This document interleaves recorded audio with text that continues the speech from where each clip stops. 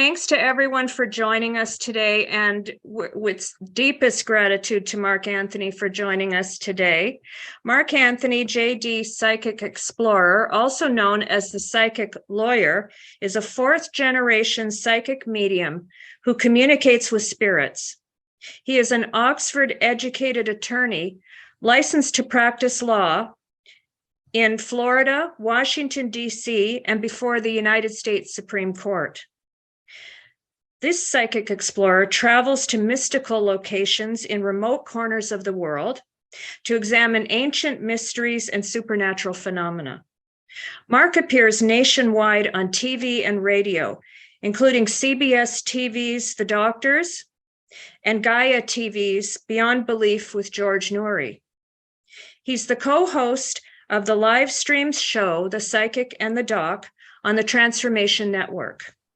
He's a featured speaker at conferences, expos, and universities, including Brown, Columbia, Harvard, and Yale. Mark Anthony is a columnist for Best Holistic Life magazine, and his latest bestseller, The Afterlife Frequency, is the gold winner of the COVR Visionary Awards and up for a Pulitzer, and ranked by prettyprogressive.com as one of the top books about faith in God. And his other best-selling books are Never Letting Go and Evidence of Eternity, which I've read and I also highly recommend, including The Afterlife Frequency. Please welcome Mark Anthony. Thank you, Camille. It's such an honor to be here, and I want to thank you, everybody. I love talking to book clubs, because you guys are smart, okay? Smart people read. This is how you learn. And I had the honor of meeting Camille at the Helping Parents Heal conference last summer. I mean, we've known each other for a while, and actually had dinner with Brian during then too. And it's really nice when I finally get to meet people that I've been interacting with through social media. So thank you all for coming, and thank you for having me today. Well, thank you, Mark. And yes, we've known each other a while, and I actually had the privilege of discovering Mark not long after my son transitioned, which was about 4 months after my mother passed. And I was a total skeptic, as everyone knows from our prior meetings. So, I saw Mark had an online event, and I was, questioning things still quite a bit and doubting things. So about 4 minutes before Mark's event, I went on. I ended up being the first person called up when Mark said, "I'm seeing Blue Jays." And I waited for a bit, and I thought, well, my mother was a huge Blue Jays fan, but that's probably not it. But then I decided I'll just type it in anyway. And he said, "Oh, Blue Jays, Toronto Blue Jays." And he called me up. And from that point, the evidence that came through was absolutely unquestionable from both my mother and my son, the accuracy. And that was early in my grief journey, and really opened my mind to the reality of afterlife communication. And I've followed Mark since. I've read his books, and I'm extremely grateful to have him here with us today. And I recommend everyone continue following him if you aren't already. So a little bit about Mark's book, just a brief description. The Afterlife Frequency, the scientific proof of spiritual contact and how that awareness will change your life. So this is, again, I'm going to hold up the book in case anyone came in a little late. World-renowned psychic medium and Oxford-educated attorney Mark Anthony bridges the divide between faith and science in this fascinating afterlife exploration, taking you around the globe, from cosmic to subatomic, into the human soul itself. and I mentioned about the gold winner of the 2022 COVR Visionary Awards. It's also endorsed by the world's top NDE and survival of consciousness scientists, recommended by film legend and spiritual icon Shirley MacLaine, and designated by prettyprogressive.com as one of the top 16 books about faith in God. And again, considered for a Pulitzer Prize. So, Mark, Camille, let's talk about the book. I mean, you can read my press release, but let's talk about it. But can I tell a funny story about Shirley MacLaine? Please do. Let me do that. I was on tour of Buffalo, upper state New York, because I was invited to speak at the Lilydale Assembly. And anyone who's been at my events, you probably met my manager, Rocky. She travels with me. And we're in the hotel in Buffalo, and she's on the phone, and she goes, "Seriously?" And she goes, "Mark, Shirley MacLaine's assistant is on the phone." I go, "You mean the movie star?" She goes, "Yeah." And so she said she has a radio show called Independent Expressions, and she wants to interview you. I go, "Whoa, when?" She goes, "Now." I go, "Now?" And so she hands me the phone, and the assistant says, "Please stand by for Miss MacLaine." And then all of a sudden, I mean, it's Shirley MacLaine. And Shirley MacLaine is very essential to the work that I do as a medium, and to all of us who are open to spirit communication, because she was the first major celebrity to go public with her beliefs in the afterlife, reincarnation, psychic phenomenon. And she wrote this book called Out on a Limb, because literally she went out on a limb.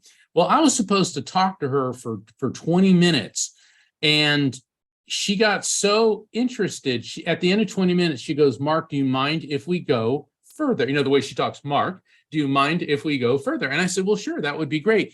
We were on the phone for 2 hours and 40 minutes. And I'm so honored. I have the whole recording. And so this is on air. And so we got to the point where I wanted to ask Shirley some questions, but she said that she had met Stephen Hawking, the great physicist. And she said that, contrary to popular belief, Stephen Hawking wasn't an atheist. He actually believed in God, but God as energy. And she said, so when I was in Stephen's office in England, there were two pictures on the wall behind him. One was Albert Einstein, and the other was Marilyn Monroe. And she said, well, Stephen, I get Albert Einstein, but why Marilyn Monroe? All right, so we're on air, and she imitates him. She goes, because her curves are more beautiful than a quantum singularity. And I'm cracking up. And I go, gee, I said, hey, Shirley, did you ever meet Marilyn Monroe? And she goes, yes, Marilyn was a friend of mine. And I'm like, whoa. And so she started to explain to me that the studios used to play Marilyn Monroe off against Shirley MacLaine. This is back in the late 50s, early 60s. And Hollywood back then was really nasty. You know, I'm sure it's changed. And and she said that at JFK, remember have you all seen the film where Marilyn Monroe comes out and sings Happy Birthday to President JFK? Well, Marilyn threw a fit backstage and refused to wear that dress. And one of the producers said, well, no problem. Shirley MacLaine's here. Why? Because Shirley was part of the Rat Pack. Frank Sinatra, Peter Lawford, you know, all of them. And they were all sitting with JFK. And the producer said, Shirley's the same size. We'll get her to do it. So Marilyn says, fine, I'll do it. So she went out and she sang the Happy Birthday. Well, Shirley said that a big break in her career came when she landed a part, the starring role in the movie The Apartment. And that catapulted her career from kind of being a B-lister to an A-list movie star. And so at the red carpet premiere, Shirley MacLaine's explaining this. Remember, we're on air. And she said at the red carpet premiere, Marilyn shows up wearing a full-length fur coat. And everyone's like, well, why is she wearing a full-length fur coat? It's like, you know, it's LA. It's like, 100 degrees outside. And so during the intermission, Marilyn was at the bar and Shirley went out and said, Marilyn, is there a problem? And so she said, Marilyn turned to me and opened her coat, and she was stark naked underneath this mink coat. And then Shirley goes, now that I think of it, Mark, Stephen Hawking had a point. So, and I said, so I wonder what Marilyn would say about that. She goes, well, you're the medium. You tell me. Talk about pressure. All right, here I am talking not only to an Academy Award winning actress, but a major metaphysical icon. And I'm like, okay, calm down, just get into my zone. And Marilyn came through, and Shirley wanted to know, did she kill herself? And Marilyn's response was that no, she said she wasn't murdered. She did take her own life because she couldn't handle the pressure. She said, I felt so garish. She said, Shirley, you could walk through a crowd, you just glided through. But with me, everyone was always staring at me and talking about me, and she couldn't take it anymore. And then she said, thank you for taking the high road and not doing it. And I didn't understand what that meant. And Shirley said, I know exactly what she meant. She said, and I always wondered about this, when Marilyn Monroe died, she was working on a movie, and the studio came to Shirley MacLaine and said, look, we'll just cut Marilyn's scenes out of it and just reshoot them with you. And Shirley MacLaine said, I will not do that to my friend. Wow. And it was at that point I realized I was doing a reading for Shirley MacLaine while I was communicating with the spirit of Marilyn Monroe. And I don't know if I'm ever going to top that one. So, but there was a lot to that, because things that come through, you may have a question or a concern, and it may take years. I mean, Shirley MacLaine wondered about that incident for almost 60 years, and eventually she got the answer. And so the things that come through from spirits are not always readily recognizable. It takes time for that. But I just thought you guys might enjoy that particular story, because, it's a lot of fun. But I one more thing. Before we went, I said, Shirley, can I ask you a question? She goes, anything, Mark. I said, did Carly Simon write the song You're So Vain about your brother Warren Beatty? And she said, I'll never tell, but that is the conventional wisdom. So there you have it. Piece of rock and roll history for you. Wow. Well, thank you. That's a lot of Hollywood gossip across the veil. Well, yeah, it was. I mean, but I was hearing it directly from, and it was just amazing to think that somebody like that, who still is working as an actress, not only knew John F. Kennedy, but was there in the middle of all of it. And also, she had the courage to go forth and say that reincarnation, spirit communication, psychic phenomenon is real. And she caught a lot of flack for that. So in many ways, she has laid the groundwork for what Camille's doing, what Brian's doing, what I'm doing, what all of our colleagues are doing at Helping Parents Heal at IANS. And so I think it's important, I just wanted to take a moment to say that we need to know that those who came before us didn't have it as easy as we do. And we still have to put up with a lot. Yeah, true. And there's another connection we have. As a skeptic, I remained a skeptic. I had an out-of-body experience when I was pregnant with my son, Aaron. And I, of course, didn't believe in these things as more than just, something that happens to our brain under certain conditions. And the first movie I saw after the experience was Out on a Limb. Oh my goodness. Oh yeah, my goodness. Yeah. So that's a coincidence, another coincidence. There are no coincidences. It's a synchronicity. Yes. Yes. So wow. Yeah. All this amount of time later. Well, that's one of the concepts that I discuss in the Afterlife frequency. I call it spiritual synchronicity, because, I had no intention of talking about that story today, but for some reason I felt I needed to. And now the synchronicity that right after your son's passing, you were guided to watch that movie, and it got you thinking. And Camille, let me say this. for most people who haven't sustained a horrific loss, like you and so many of the other folks here, why would you believe in spirit communication?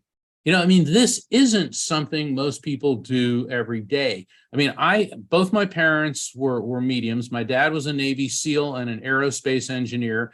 My mom was a commercial artist. Okay. And so when I'm 3.5 years old, I start saying, I see spirits.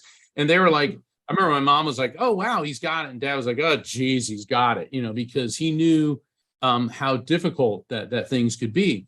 So I've spent my life studying it. I've studied the scientific aspects. I was supposed to be a Catholic priest, and I was going in that direction. And then when I was about 16, I'm like, I don't think so. And so, but because for a lot of reasons, and Brooke is smiling, I think she figured out what I'm saying. But also because I found that religion for me was too confining, and that God was so much bigger than all of this. And I wrote the Afterlife Frequency to explain to people that the different forms of spiritual contact, mediumship, near-death experiences, shared death experiences, deathbed visions, out-of-body experiences like Camille had when she was pregnant, visitations. How many people here have felt a deceased loved one around you? Show of hands. Or you had a dream, and it wasn't a regular dream. It felt like a real conversation. And I explain in the Afterlife Frequency how all of these are real, because most of the books, most of the literature out there puts all of these in different categories, but they're not. There is a commonality between all of them, how and why that happens. And that's part of what I explain in the Afterlife Frequency. Yes, and the Afterlife Frequency, the thing that really appeals to me about the book is how you bridge that gap between science and spirituality. And the way you explain things, you know, I mean, I'm not trained in physics or educated in physics or anything, but a lot of what my messages from my son have been are about energy, universal energy. And then when I read your book, that took my understanding that much further about frequency and vibration and energy. And you described at the Helping Parents Heal conference in your presentation about light and how we perceive it, and what the part of it we're not able to perceive, and that's just an example from your book. And you know, that is an explanation for me that helps me open my mind and believe in what's beyond what we can actually see. So can you describe that about how you explained it in your book and in your presentation? Well, the foundation starts in the second. Well, when you read all my books, please start from chapter 1 and then go to 2 and 3 in order. Some people always want to go right to the chapter, like in Evidence of Eternity, there's a chapter on animal communication. People go to that. But the way I write is each chapter introduces a concept that you need to get the most out of the subsequent chapters. And in the Afterlife Frequency, I introduced the electromagnetic soul, the EMS. And the EMS explains all the different forms of spirit communication. We know from science everything's made of molecules, which in turn are made of atoms, which in turn are comprised of electrons, protons, and neutrons. All right, we all had to learn this in science.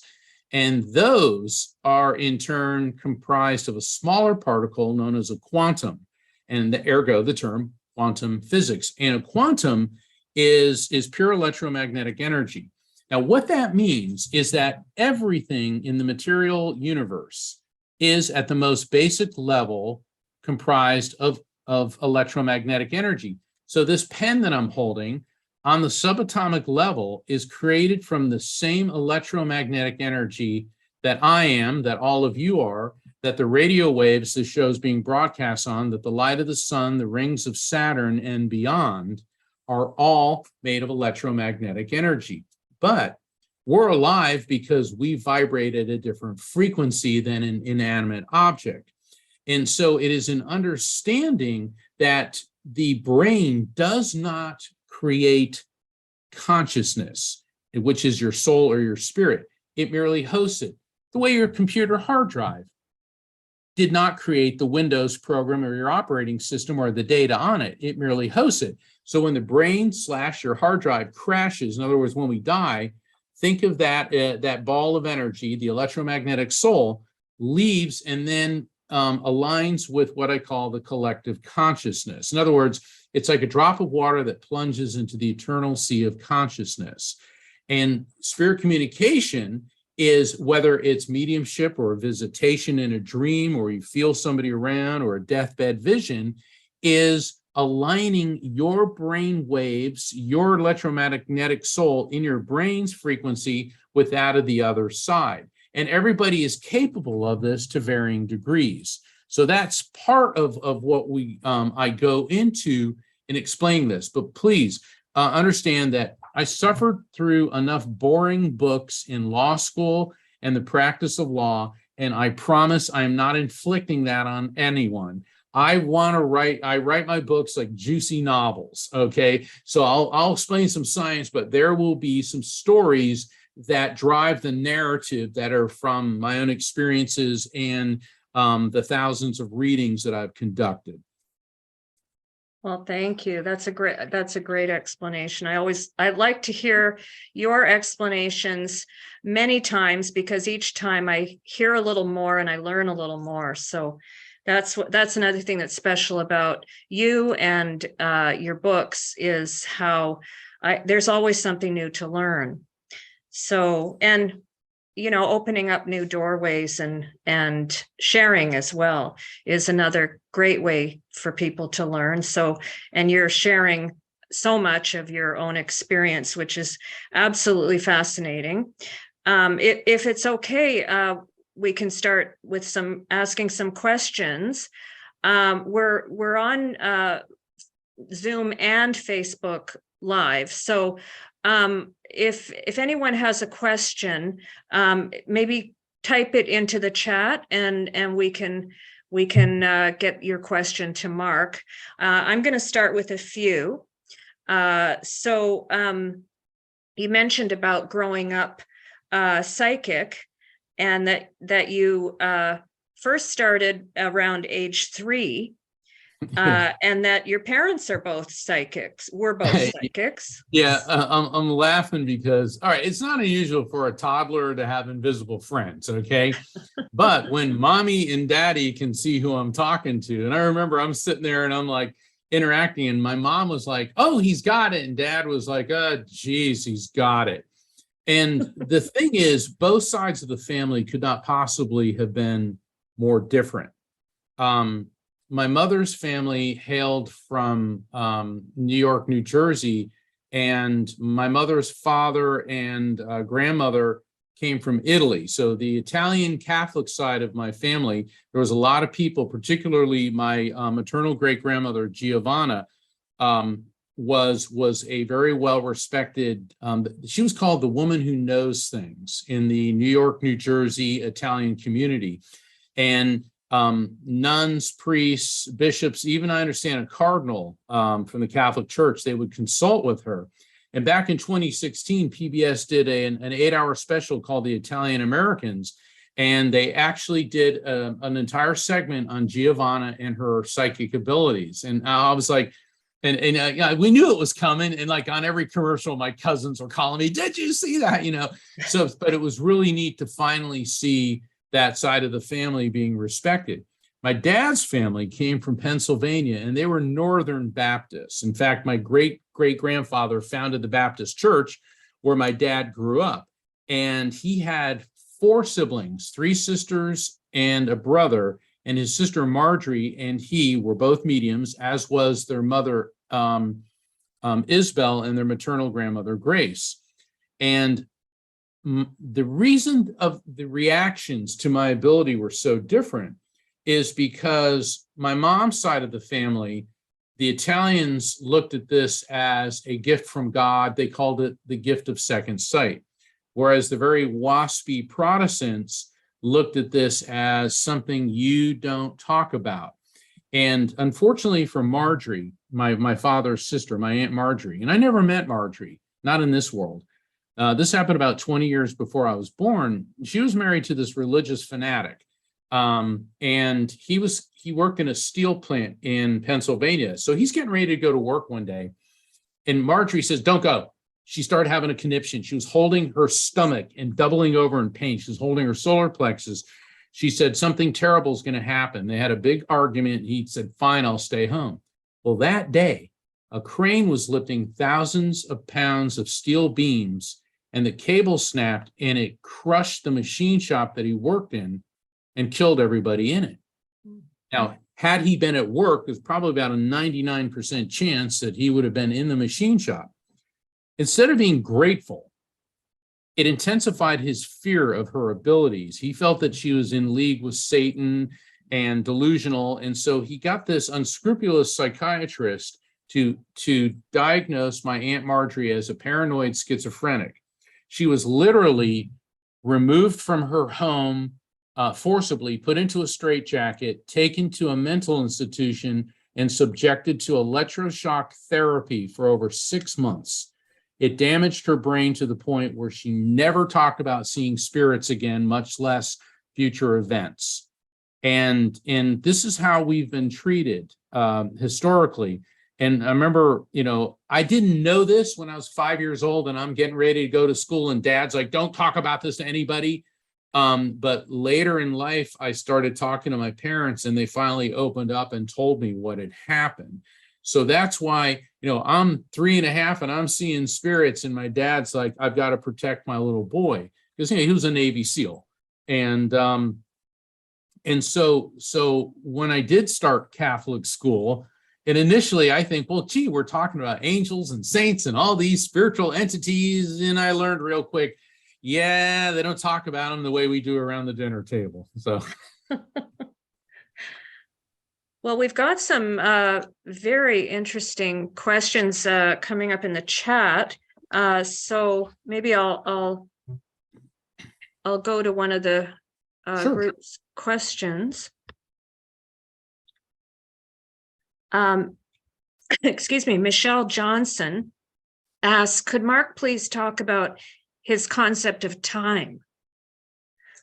Ooh, time. All right. The electromagnetic soul, as I explained earlier, is once again pure EM energy. Now, according to Einstein's theory of relativity, when you get to the subatomic level, to the quantum, that time is an illusion. In other words, we think time exists because we're born, we grow old, and we die. So we think that, it's like going to a whiteboard and you make a dot, on the left side, and you draw a line to the right. Okay, this is our life, and then it ends.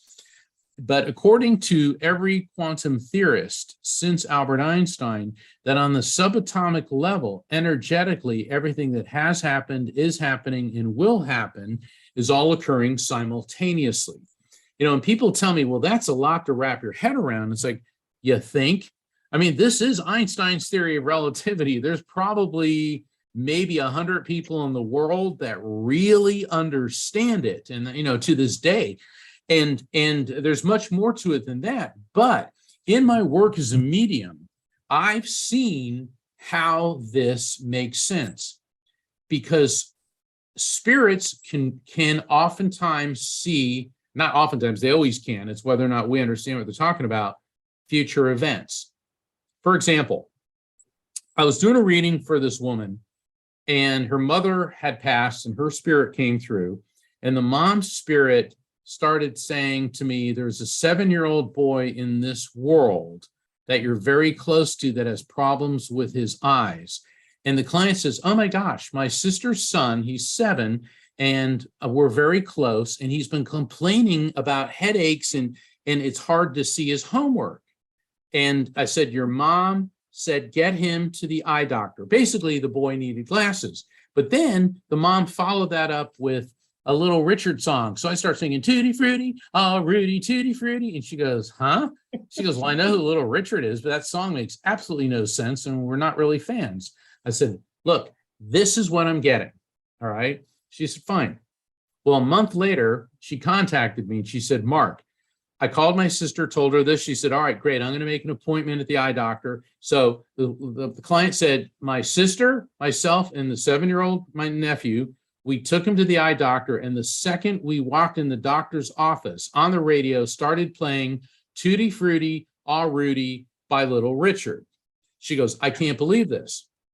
Well, I always analyze situations like this. Here's what was going on. There's a lot going on here. Number one, spirits being infinite beings that are pure electromagnetic energy, they're able to do like a scan of your body. And this woman's spirit picked up that her grandson needed glasses. So she said, get him to the doctor, and to verify that you are doing the right thing, she, being pure electromagnetic energy, could see what we call the future and pick up on the radio waves, which are also part of the electromagnetic spectrum, to let us know that that is the song that will be playing at the precise moment that they walked into the doctor's office.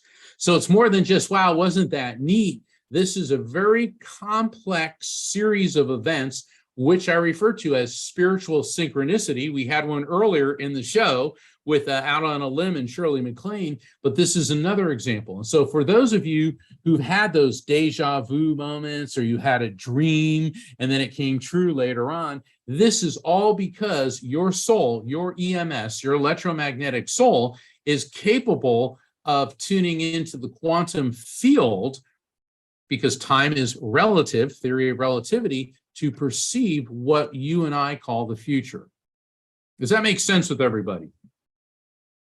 All right. I love this. Great explanation of really difficult concepts.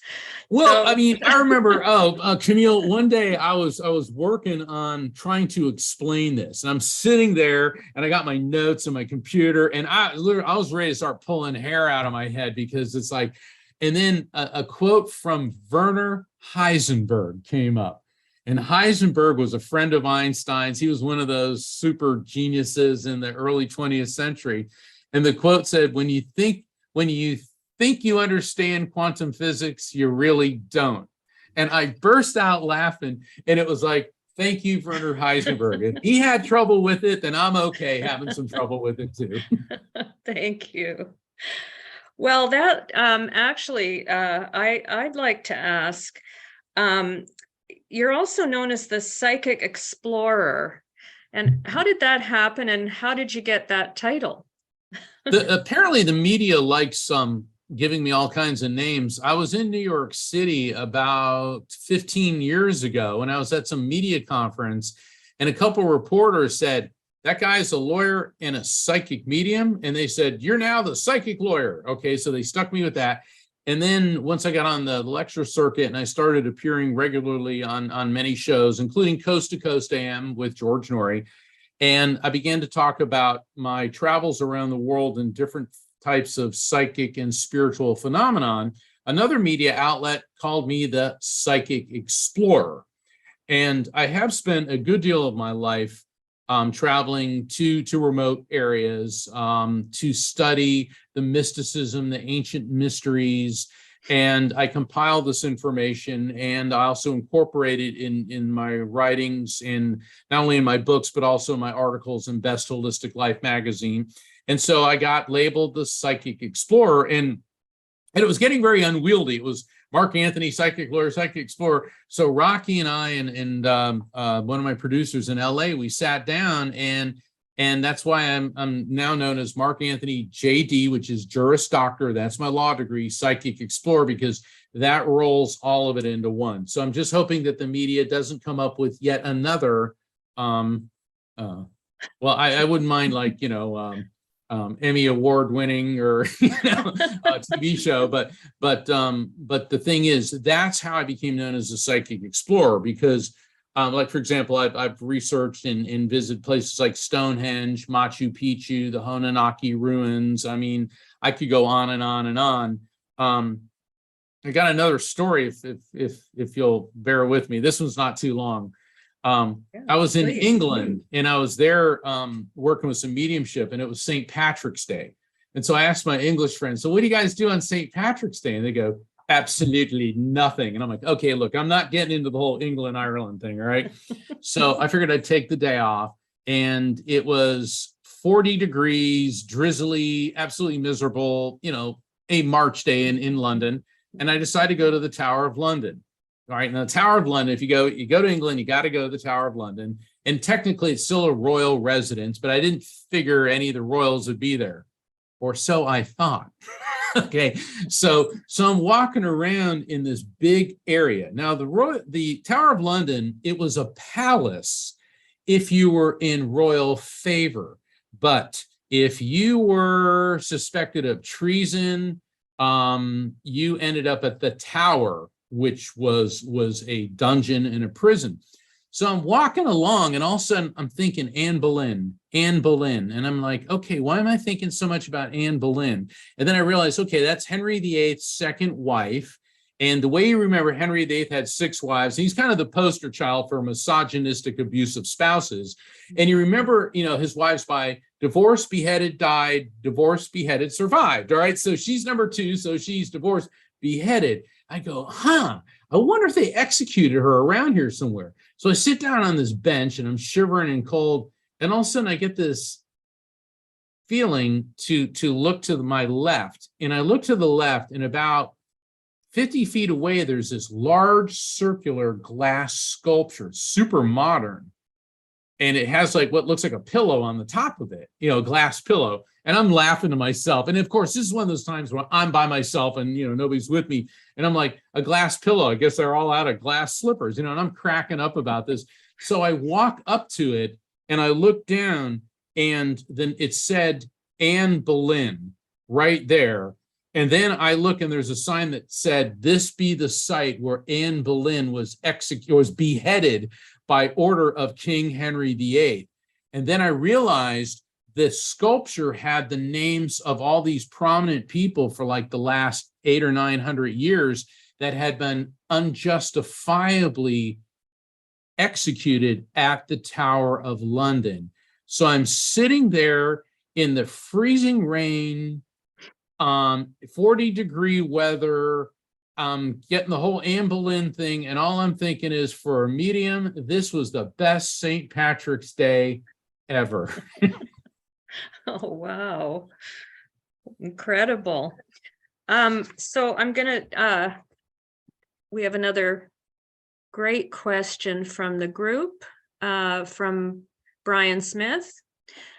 Do you have any concern when using the term electromagnetic soul that this will be seen as materialism? Does this mean we should be able to detect the soul with our instruments?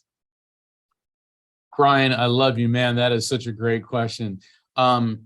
My friend and colleague, Dr. Gary Schwartz, said that electromagnetic soul, he said, yes, electromagnetic sounds very technical and materialistic, but let's look at the word soul, S-O-U-L, as standing for source of universal love.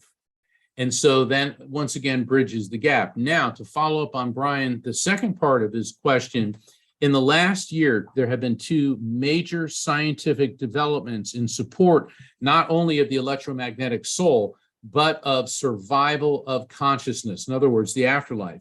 On February 22nd of 2022, and I remember that date because it's 2/22/22, there was an 7-year-old man in Tartu, Estonia, and he had a stroke. And so he was rushed to the hospital, and the doctors had him on an EEG, an electroencephalogram, and they were monitoring his brainwave frequencies. We have 5 brainwave frequencies: gamma, beta, alpha, theta, and delta. Gamma is like when you're on Final Jeopardy and you're cranking, your mind's like going at full speed. Beta, that's the state we're all in now. This is, activities of daily living. Alpha is when you begin to relax, it's the meditative state. Theta is deep sleep where dreams, and delta, very low brainwave activity, but that's where your body heals. Okay, so 5 different brainwave frequencies. And so the EEG was monitoring his brain waves because they wanted to see, like, where's the stroke, what's going on with that. And then all of a sudden he had a massive heart attack and died.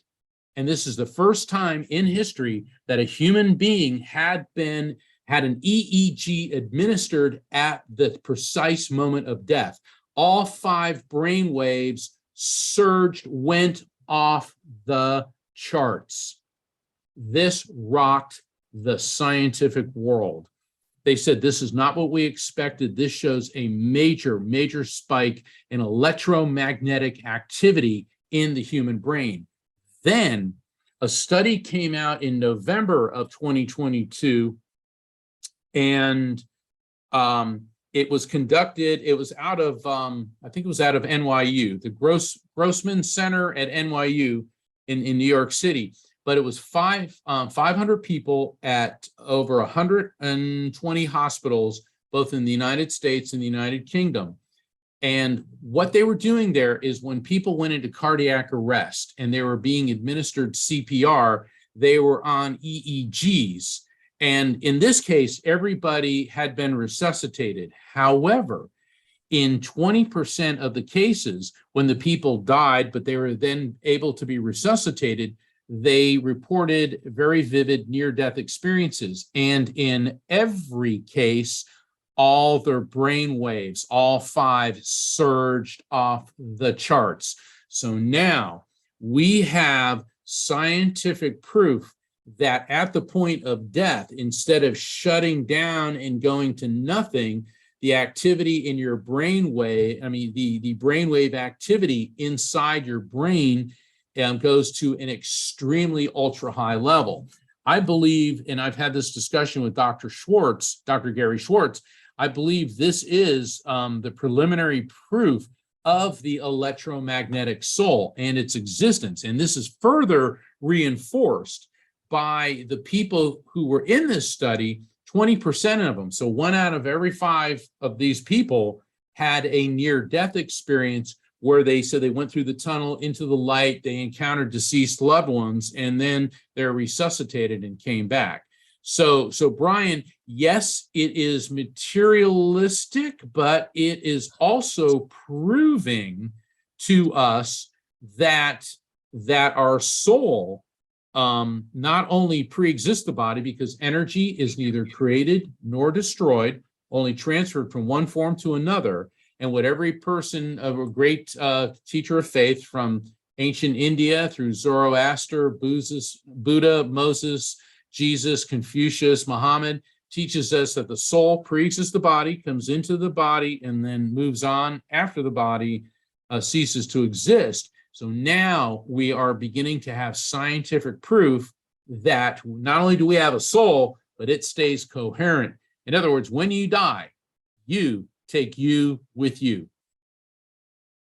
Thank you.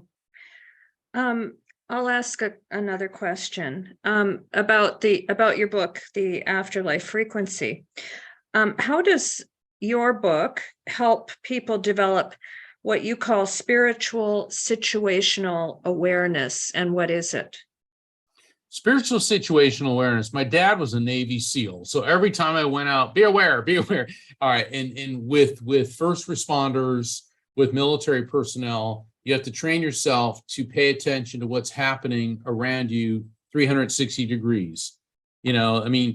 Especially these days with all these mass shootings, and I don't want to get into that, but you be aware what's going on around you. You go into a public place, you see where the exits are, you think about those things. That's how I was raised. But with spiritual situational awareness, it's not only being aware of the physical, but also the spirits around you, that cold chills and tingles that you get. Well, that isn't scary. That's a spirit, because an EMS, electromagnetic soul, the energy of a spirit is now interfacing with your body's electromagnetic field. So the physiological response is cold chills and tingles. Unfortunately, that's also the same physiological response we get in fight or flight. So when you're really scared, that's what happens. And that's why so many people jump to the conclusion that connection with the spirit is somehow negative. And once you start working with them, you'll begin to tell the difference. And so with that, when you start recognizing this, I developed in the book, and I know we're running short on time, but I developed the raft technique, which will teach you how to recognize signs from spirits, accept the contact as real, feel it without overthinking it. Okay, that's where a lot of people go wrong, and then trust the message. And I give exercises on how to work with the raft technique and how to develop it. And once you start working with it, it becomes second nature. So that way, when maybe you have a near-death experience or a visitation in a dream, or all of a sudden you feel a hand on your shoulder and you think, Mom, okay?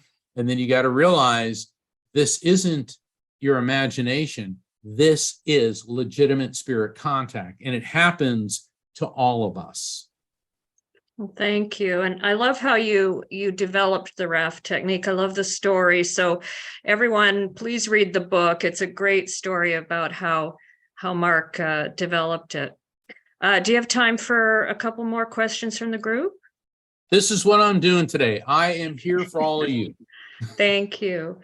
So Roseanne Norris asks, does a spirit's form of communication depend on their personality? For example, an extrovert might flash lights in a large crowd, like a wedding reception, where an introvert would be more reserved? That's an excellent question. And you see, when spirits come through, they communicate very much like they did when they were here. And because if they all come through like playing harps, bring, bring, oh, I'm in heaven. I mean, come on. All right, that's not genuine or authentic. They bring with them personality traits. See, when the body dies, what dies with it is the pain, physical pain, mental problems, physical and mental illnesses. But they retain the memories, and through those memories and their personality, they communicate. The joke I like to say is I always like working with New York spirits because they're right in your face. I want to tell you everything right away and give it, like that. And then there's the Midwestern spirits. Hi, how are you doing? Yup. and so spirits will come through and they will project their personalities, which is really great because sometimes they're hysterically funny. And I was doing a reading for this couple and their son spirit came through and I hesitated and I was blushing because the husband and wife, they're an older couple, and they said, well, what did he say? I said, and then I said it and it was like F, F, F, F, F, F. And the mother rolls her eyes and goes, our son was a Marine, and apparently every noun had an adjective which started with F. And the husband said, yep, that's gotta be him. So, like he'd come through and give some wholesome milk and cookie message.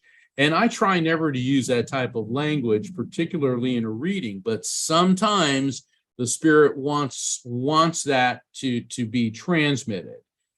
Because I look at spirit communication as like a sacrament. It must be approached with reverence. I start all of my sessions with a prayer. I close my group sessions also with a prayer, because we must be respectful. Spirits, the collective consciousness is an extension of the energy that you can call God. I don't think God is an erotic white guy sitting on a throne with a scepter smiting people. I believe, as Nikola Tesla did, and Einstein, and actually Stephen Hawking did, that God is an energy and intelligence that flows through all of us. God is the quantum field. And I believe that there's much more to that energy than we're capable of comprehending in our limited finite human form, but God nonetheless exists. I agree. And thank you for that explanation. A couple of people are curious. Helene from Paris says, excuse her English. And Carla Kaufman Sloan are both asking if you're involved with the Soul Phone. I am. I am on the board of directors of the Soul Phone Project. And I was just at the Soul Phone Mediumship Summit in January, working directly with Dr. Schwartz, and he assembled who he considered to be the top mediums in the country to be there. And I would love to tell you all about it, but I am not at liberty to discuss that. But wonderful things are coming, I believe, within our lifetime, and that there will be technology that we can begin to communicate with the other side. Wow, that's amazing and very, very inspiring, and very really looking forward to that day. I'm sure many of us, most of us are, if not all of us. It has a lot of ramifications, it's kind of like, we were talking about it, and in some ways, one of my favorite movies, Raiders of the Lost Ark, big surprise, right? And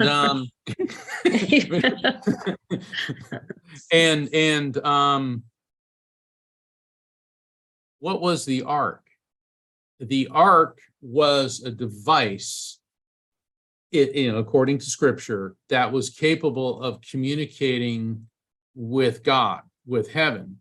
And upon examination in Exodus 25, where there's the instructions about the Ark, isn't it interesting that only the Levite tribe was allowed to touch it, and they had to wear very heavy clothing just to get near it and touch it? And upon examination, the heavy clothing that they wore would not conduct electricity. I'll just leave it at that. Wow, that's amazing. Well, we're almost finished our hour here.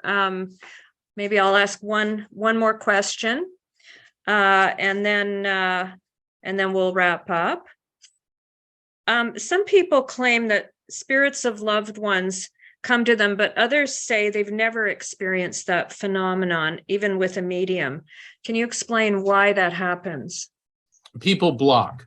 In the Afterlife frequency, I have a chapter entitled Avoiding the No Syndrome, because a lot of people, they go into spirit communication and they start shooting everything down. Does this make sense? No. Or they come into it with, I want. Until I hear the secret word, I won't believe this. And so by doing that, you're creating angst. And I go into great detail explaining how to bring, it's like on Star Trek when they raise deflector shields. Let's get those shields down. Stop creating a block. The truth is, spirits do communicate with you, but some people, without meaning to, people that are in a profound state of grief, they're so devastated. Other people that, I want this contact. You can't just march up to Mount Sinai and say, I demand a spiritual experience right now. It doesn't work that way. Okay. You've got to bring that negativity, those blocks down, and become more receptive. And instead of saying, I want the contact, instead change the focus of the energy to, I welcome the contact. I invite you into my dreams. Do you see the difference there? Okay, when you're like, I want, that's that no energy. But then you change it to a receptive energy. I welcome you. And once you start doing that, then the signs will begin to appear. Once you start utilizing the raft technique, it will furthermore help open you up to the connections. Thank you. And thank you so much. So I just, in the last couple of minutes, I'm going to show everyone your book again. There's one comment that just came in. There it is. There it is. Matching set. Catherine mentioned that she's been to some very good mediums. And when it's a true medium and you're open to believing, you'll get the messages. And she's had that experience a few times. So I recommend referrals from the experts. Mark is on the Helping Parents Heal website. Organizations that vet mediums. I recommend going through those. Brooke says, this has been wonderful. Thank you so much. Thank you, Brooke. And just in closing, Mark, I'd love it if you could tell everyone how they can connect with you, for your website, for a reading, for your events, and so Certainly. forth. Absolutely. Please visit my website, which is just like my book, afterlifefrequency.com. And I invite everyone to sign up for my newsletter. I've got a newsletter coming out, I think, this evening, which will give you the heads up on some spirit communication events. I've got light circle events, which are online, limited to 6 people. So everyone's guaranteed a reading. And then every Thursday, I am the co-host of The Psychic and the Doc on Transformation Network. It's a live stream show. My co-host, Dr. Pat Basili, is a world-renowned behavioral psychologist. She's just a dream to work with. And we take calls from listeners. I'll do mini readings. And what's cool about Dr. Pat is she's good at interpreting, because a lot of times people get, they get nervous, and Dr. Pat will say, well, wait a second. Do you think it could be this? And then people go, oh my gosh, it is. So she's really good at helping people interpret the messages. Plus, she's got wonderful insights. You can also find out about subscribing to Best Holistic Life magazine. And I write articles for that every month, and many of them are about spirit communication and the different aspects to it. So you can find out about all that and scheduling readings with me at afterlifefrequency.com. I'm just typing that into our chat box so everyone can see it. And also, this recorded meeting will be up on YouTube soon, and all of the information that Mark just mentioned will be in the description. So again, Mark, I can't thank you enough. Shelby and I are thrilled to have you today, and always a thrill to see your events and your presentations, to read your books. And I can't wait to hear more from you. I just know there's more coming, more brilliant stuff coming.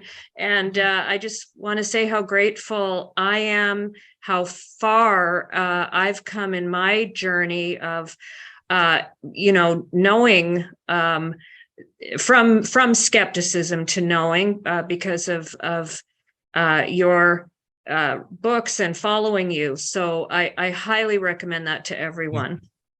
Well, it's all we're all on our own spiritual journeys. And, what I always tell people about grief, and I wrote this in my first book, Never Letting Go, is that grief is a path no one wants to take. Unfortunately, it is a road we're all shoved down at some point in life. And spirit communication is an important therapeutic step on the journey through grief. And Camille, once again, I want to thank you. I want to thank you, Shelby, and I want to thank everyone for tuning in, both live and on the YouTube video. It is an honor to be here. God bless you all. Happy Passover, happy Easter, happy everything. God bless you. Same to you. And thanks are flowing in rapidly from the group as well in the chat. And thank you everyone for attending today, and we'll see you again soon.